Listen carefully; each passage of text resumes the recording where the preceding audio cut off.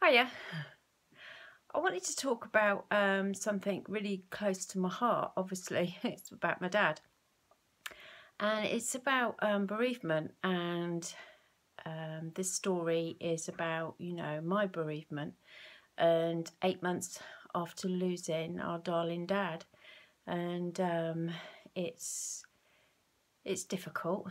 It is difficult. But it's something that I feel that maybe will help me in that final little bit of the journey, I suppose, of bereavement. And hopefully it might also help somebody see that there is, not light at the end of the tunnel. I'm not saying that, but or even comfort. It's just,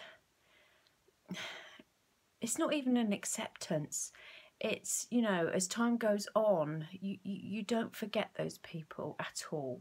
And every day I think of him, every single day. I wake up and I think of him. And we've got memorabilia, our memories all over the house of Dad and us as a family, and bits and pieces. And I just really wanted to sort of, tell my story, I suppose. And 8 months on, how are we doing? A lot of people have been with me throughout my sort of journey. Is it? I don't know if it's a journey or not, whatever it is, but when we first heard the very sad news about my dad, and until 8 months today, what's really gone on, and how we've coped as a family, and how we've got to where we are today, which is from that awful day of finding out. But I sort of want to take you back a little bit before I sort of talk about that. I had a lovely childhood. I really did have a very, very nice childhood. My parents got together when they were 15 and that was it. Love at first sight. My mum knew. She knew this was going to be the man, that she was going to marry, and she did. They had my brother. He's 5 years older than me, and sadly they had a miscarriage in between me and my brother. But then they had me, and they wouldn't have had me. So yeah, so they had me, and we became a family of 4. I was born at home, as was my brother. My mum had us home births. We were both at home. And my dad apparently was tickle pink to have a girl, to have a daughter. And here he is. That's me and my dad. So you can see I'm not very old. And neither's he. He wasn't very old either. I think he was 22, I think. 24. Yeah, he's 24 there. And yeah, that's me and my dad. Daddy's girl. Anyway, my parents are good people. They are very good people, They, the sort of people that if they can help you, they will, they'll help you out. And they became, my mum became a brownie leader, and my dad became a cub, what was known then, cub pack leader. They now call them, what do they call them? Beavers? Yeah. Anyway, I was in the brownies, hated it. I wanted to be a cub. So my dad used to let me go to cubs, and we used to go to cub camp, and I used to love it, running around with the boys. I was a real tomboy, absolutely loved it. But my mum and dad, they were always there waiting for those children to be picked up by their parents. The ones that are always late and they never pick their kids up. They forget about them almost. And they never really said a lot, and every week they'd be there back again doing the cub camp and the cub pack. And my dad had he had this big blanket, grey blanket with a piece cut out here, like a big poncho, and it went right down to his knees. And he had all these cub badges sewn all over it. My mum and my nana used to sew all these badges on there.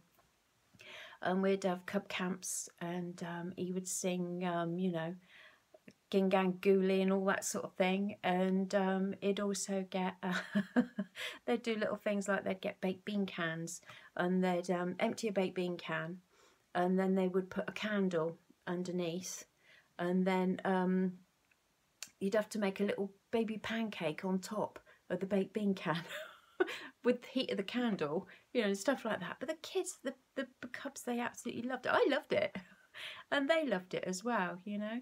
And Jason found this little box in a charity shop back along, and it sort of brings back memories of all those cub camp days, you know, around the campfire and stuff like that. And this is the emblem of scouting, and yeah, it just reminds me. And it's just a, you know, a little wooden box, but it when I see that, it just evokes a lot of memories of my childhood for me, really happy childhood memories. And my dad became a district commissioner of the scouting group, which is a real accolade. It is something quite high up. If you're into scouting, and you'll know that to become a district commissioner is something, you know, quite something to be very proud of. And I was very proud of my dad, really was very proud of my dad. And we have a butterfly thing going. So yeah, this little pot holds something very dear to my heart. And inside there's an angel,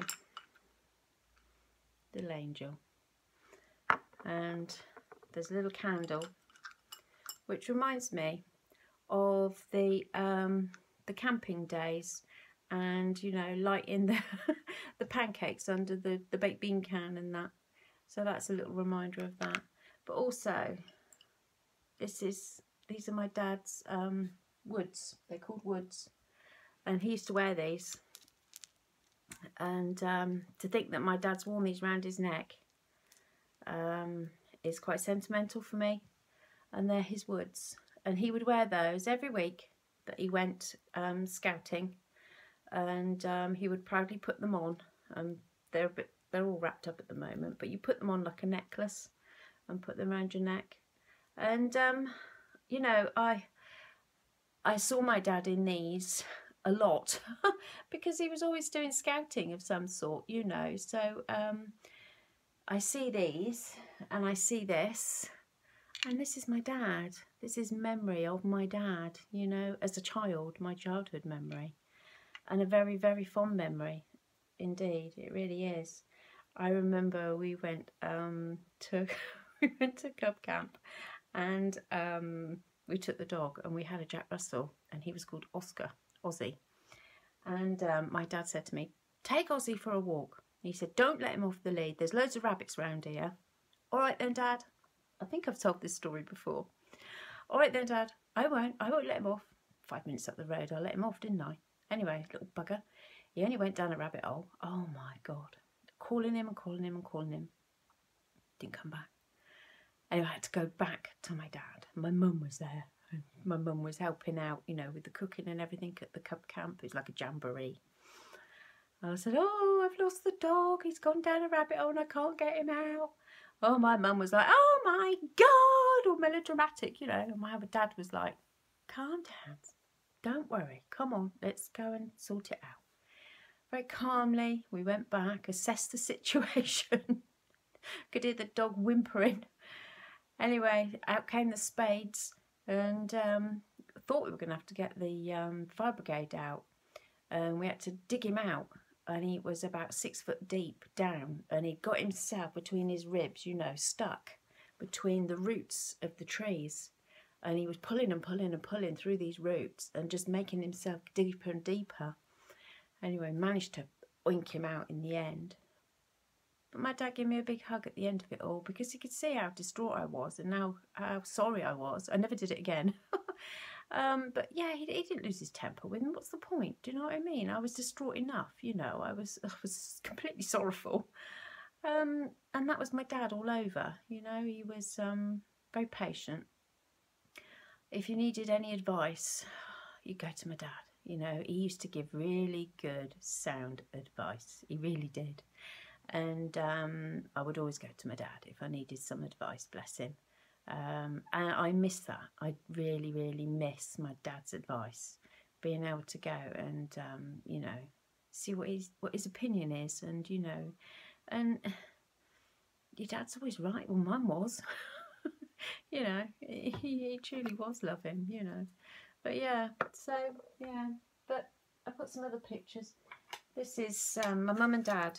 They were very lucky and they were able to retire quite early. They were Ministry of Defence workers, MOD. And they were able to retire in their late 50s. And my dad sadly passed away at the age of 74. So he had a good few years retirement and they had a lovely life. They really did. They did a couple of half-round cruise, you know, world cruises. They've had helicopter rides down onto glaciers and worn crampon shoes and climbed out the helicopter onto a glacier. They've seen the Northern Lights. They've been up the is it the Suez Canal? They've been to so many places. They really have. And this is a picture of them on one of the cruise ships. And they truly were very lucky, you know, but they knew they were very lucky that they could have you know, a very nice lifestyle. And they did everything together, you know. My dad had osteo and rheumatoid arthritis, which did restrict him quite a bit. And he had numerous operations on his knees and his hips, replacement knees and hips, and unfortunately it made one of his legs slightly shorter than the other, and he used to have to wear a built-up shoe. And he'd be sat on the seafront sometimes. They'd go to Seaton or Sidmouth and they'd sit on the seafront and they'd have kiddies go past on their bikes or whatever, and my dad would be sat there with his foot, you know, legs crossed, and he'd go, "Hey mister, what's wrong with your shoe?" And he'd make up some right old stories for him. None of them true. But he wasn't embarrassed by it, you know. It was part of life. It was part of what had happened to him throughout his journey, you know. But he was in and out of hospital. So much love him. He really was. And my mum, she's just an absolute treasure, you know. She nursed him and looked after him every step of the way. She truly did, you know. She was always asking him, you know, did he want this, that or the other, you know. And we used to say to her, "Stop running around after him, stop pampering him." But she enjoyed pampering him. She's a carer, you know, and she enjoyed looking after him. So yeah, there's another photo. This was my 50th. At my 50th, my parents took me out, me and Jason, and we went out for a really nice slap-up meal. And this was a picture that I took in the restaurant on my 50th. And it says under here, "Everyone needs a Dave." That's my dad's name, Dave. And Jace and my dad got on really, really well, really well. Jace loved my dad, absolutely loved my dad. He thought he could think of nothing better than going over and chatting to my dad. Sadly, he didn't have a relationship like that with his own dad. And he took to my dad and he took to Jace, you know, and they would have some right old conversations. They really enjoyed each other's company, you know. They were good friends, as well as father-in-law and son-in-law. And that was nice for me, you know, that my husband loved my dad. It was important, yeah, and it was nice, very nice, yeah. Yeah. On the funeral, my dad's funeral, Jason wore obviously his suit, but he also wore a little badge, a little black badge, and with white writing on it, it said, "Everyone loves a Dave." And he wore it on his lapel. Yeah, so Dave and Jace.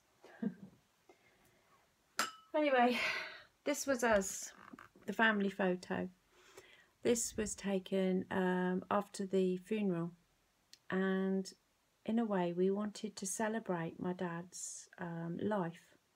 And my mum's holding a picture of my dad, so that he's still part of the family. He was still there with us on that day, you know, and it was a very difficult day, very difficult day. Lots of people came. You can imagine that, you know, all the scouting group and friends and family, and they've got a holiday home as well, and they've made a lot of friends down at the holiday place, so they all came as well, and friends going back years and years, and friends of, you know, in the neighbourhood and all that sort of thing. Since they've retired, they made lots of friends. People they made friends with on the cruise ships, they you know, they came as well. You know, it was a really, really good turnout, and we wanted it to be a celebration, you know, not commiseration, you know. And of course it was sad, of course it was sad, but this is that's my youngest and his girlfriend and my brother and his wife and mum and me and Jace, and that's my eldest and his girlfriend. Well, they're fiancés, the girls. And you know, of course we missed Dad on the day. Of course we did, and it was a very, very difficult day. But we are a close family. We're a very small family, but it was nice that we were all together, supporting each other. You know, being there for each other, which is really important. Mum was brilliant, absolutely brilliant.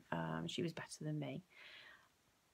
In hindsight, I think that was because she was numb almost, you know, and it was like he'd gone into hospital. He'd gone for another one of his operations, you know, which we were so used to over the years, him doing. And it wasn't till about 2 months later that I think it really sort of dawned on her, he's not coming back. You know, no, this is for good, you know, and that is hard, really hard to accept, that he's not gone on holiday, he's not gone into hospital. I can't go and call him or go and see him, and that is difficult, very difficult, and I think that's what Mum finds difficult. Everywhere in their house, he was there, you know, and that was nice. It kept him close for Mum, you know, it really did. But that almost became painful, and so she made some little changes where she had the front room decorated and she had the hallway decorated, and it's only little things, you know. She bought a new sofa, a new 3-piece suite. And I think she's not erasing my dad. And she said, I'm not erasing, you know. I said, Mum, I know you're not erasing Dad. It's just you need to move on and make some little changes and almost say goodbye to the ghosts, but keep the memories. Does that make sense? Yeah, yeah. And it is difficult. It is difficult. But we went to, I was looking for it and I've left it downstairs, but my dad ended up in respite, and recently they invited us and other people to a like a memorial, I suppose, you know, and it was a celebration of their lives, and it was just sort of a getting together for everybody, because you do get to meet people in the hospice and you become friends, and within your grief, you know, you're all living the same almost nightmare at the time, you know, and you're going through the motions, and you see these people, and then all of a sudden you stop seeing them and you think, where have they gone? And then you realise that their loved ones passed and they don't need to come anymore. And that's sad, and you think, what's happened to them? How are they? You know, how are they coping? And so we went to the day at the hospice, St Margaret's Hospice in Taunton. Mum and I went, And it was extremely difficult for me, because the last time I had been there, I had held my dad's hand and said goodbye to him. And walking back through those doors was very, very difficult. In a way, I felt like I was going to visit him. Is he going, is he there? Go to his room. It's ridiculous, walking through brought back the memory of the day that he died, and the 6 weeks leading up to it, of visiting, and the pain and the heartache and the trying to prepare ourselves to say goodbye. So it was extremely hard walking through those doors, but it also, afterwards, we had tea and cake, which was much needed. There were a lot of tears. But afterwards we were able to see people that we had seen in the hospice at the time, and they had disappeared, and it was nice to be able to catch up with them, and to find out to see that they were okay, and that they were doing all right, and that we were doing all right as well. It was nice for them to see us, me and Mum. So when we were in there, they had, in the service, they had a big, 2 big vases and an empty vase in the middle. And the one on the left had white roses, and the one on the right had bright golden roses. And they asked us to come and collect a rose and put it into the empty vase of water. And then all those roses represented the person that had passed at the hospice. And they would then keep the flowers at the hospice until the last one faded. And my mum said a couple of days later, we went up and I chose the bright gold, and so did Mum, because my dad was such a big personality, he was a gold rose. And my mum said to me a couple of days later that when she goes past, because the hospice isn't far from where she lives, and I have to pass it when I go to visit my mum, and I almost don't look. I'm like that, But after the hospice the other day, I feel more at peace at going past. And my mum said the same, and she said that she doesn't think of Dad now as that really poorly man in the hospital bed.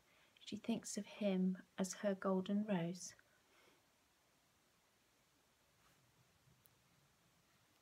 Sorry.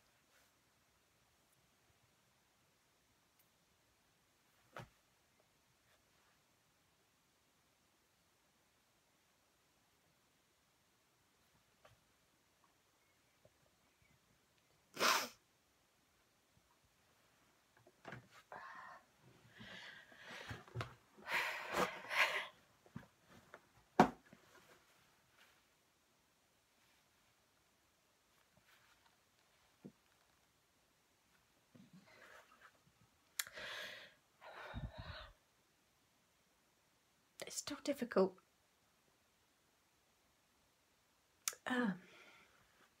It is difficult. But it is better. It is better. I can speak to him. I have spoken about him now for 22 minutes without crying. I couldn't have done that a couple of months ago. Not at all. So, it has got better. And I couldn't have continued. I would have been a blubbering wreck. But, yeah. Cancer is just so horrible. It truly is. We were on holiday last July in Pembrokeshire, Jason and I and Kimmy, and we were having a fabulous holiday. And on our return, we had a call you need to come and see us. It was my mum. And we went round there, and I knew. I just knew.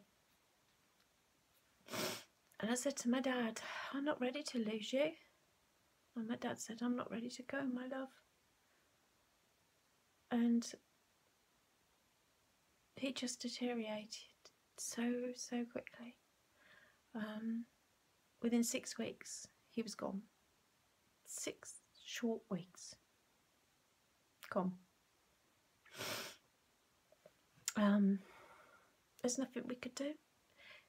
It was inoperable. He had it everywhere. Absolutely. On his bones. And in the end, when they get to the very end, they have a this box, and they put it in your side, and then all the drugs go into the box, and literally it's just the drugs keeping you comfortable, you know, and you're at your end when the box goes on. And we knew about the box, and I went in, and Mum said, he's got the box.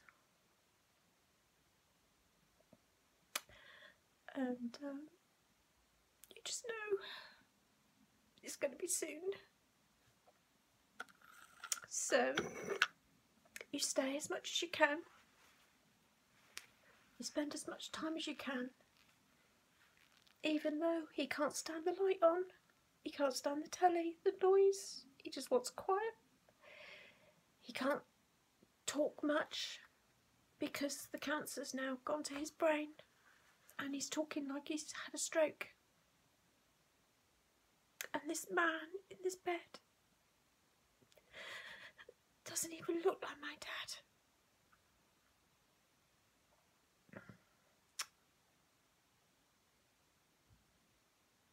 But you can't bear to not be with them and help them. And the doctor came and said to us that it's not going to be long. And I said to Mum, should we stay the night? And Mum agreed. And the doctor said that they could make us up a bed, either side of his bed, and we could take it in turns to stay awake with him, because we didn't want him to be on his own. One of us had to be with him. And Mum said, I will just pop home and get some stuff. And she literally lived 10 minutes from the hospice. And I said, okay, you go get your bits and pieces. I'll be alright, I'll stay with him. And I remember sitting there thinking, God, I'm dying for the loo. I need a wee. And I thought, oh, I can't. I just knew I couldn't go. And leave him. I didn't think he was going to go, but I just didn't want to leave him. And I thought, oh, she's not gone long. She won't be long. She'll be back soon. I'll cross my legs. Anyway, I just happened to stand up and look at him, and I thought, oh, he looks different. And I've never ever seen anybody die. I've never been with anybody that's died, and I've never witnessed it, you know. But I just knew instinctively something was different. And I ran out the room up to the nurse's station, and I said, my dad, please come back, come down. And they followed me down, and we went in, and I held his hand, and the nurse said, it's time, it's time. And me and the nurse stood there, and I held his hand, and she held his other hand, and I spoke to him, and I just told him, it's okay for you to go. I look after Mum. And just sent him with our love, all our love, from all of us. And he just quietly and very, very gently stopped breathing. There was no noise, there was nothing. Just peace, calm. Like the gentle man that he was. Just, that was that. Gone. Anyway, I then had to tell my mum. So I went outside and my eldest arrived, Jamie, and bless him, together he gave me strength, you know, and together we told Mum, and she was devastated, as you can imagine. You know, she wanted to be there, but he waited, I know he did. He waited for Mum to leave because he didn't want to put Mum through that. And I feel honoured, absolutely honoured, that my dad chose me to, you know, pass away with me holding his hand. And I do feel very honoured for that. And yeah, so, you know, it's been difficult. It's not been easy. I was made redundant at the same time as losing my dad, and we went off to live in Devon. I ran away from the whole situation, you know, the redundancy, the my dad, everything, you know, it was all too much, really. 6 months later, we're back in Somerset, where we belong, you know, with Mum up the road. And, you know, Mum was coming down to Devon, I was coming back down to here. It was just ridiculous, you know. But it was something that I had to do, in a way, I suppose. And I didn't have my dad's advice. Had I had my dad's advice, I'd never have gone, because he would have said, "Don't be so bloody stupid. What are you doing that for?" You know. But I didn't have his advice at the time, did I? No. But there you go. I just hope that this true and frank video helps others that are going through the first stages or whatever of bereavement.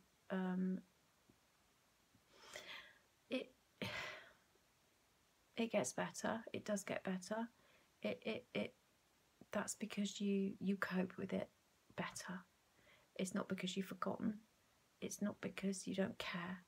It's just because you cope better. God bless. Thanks for listening.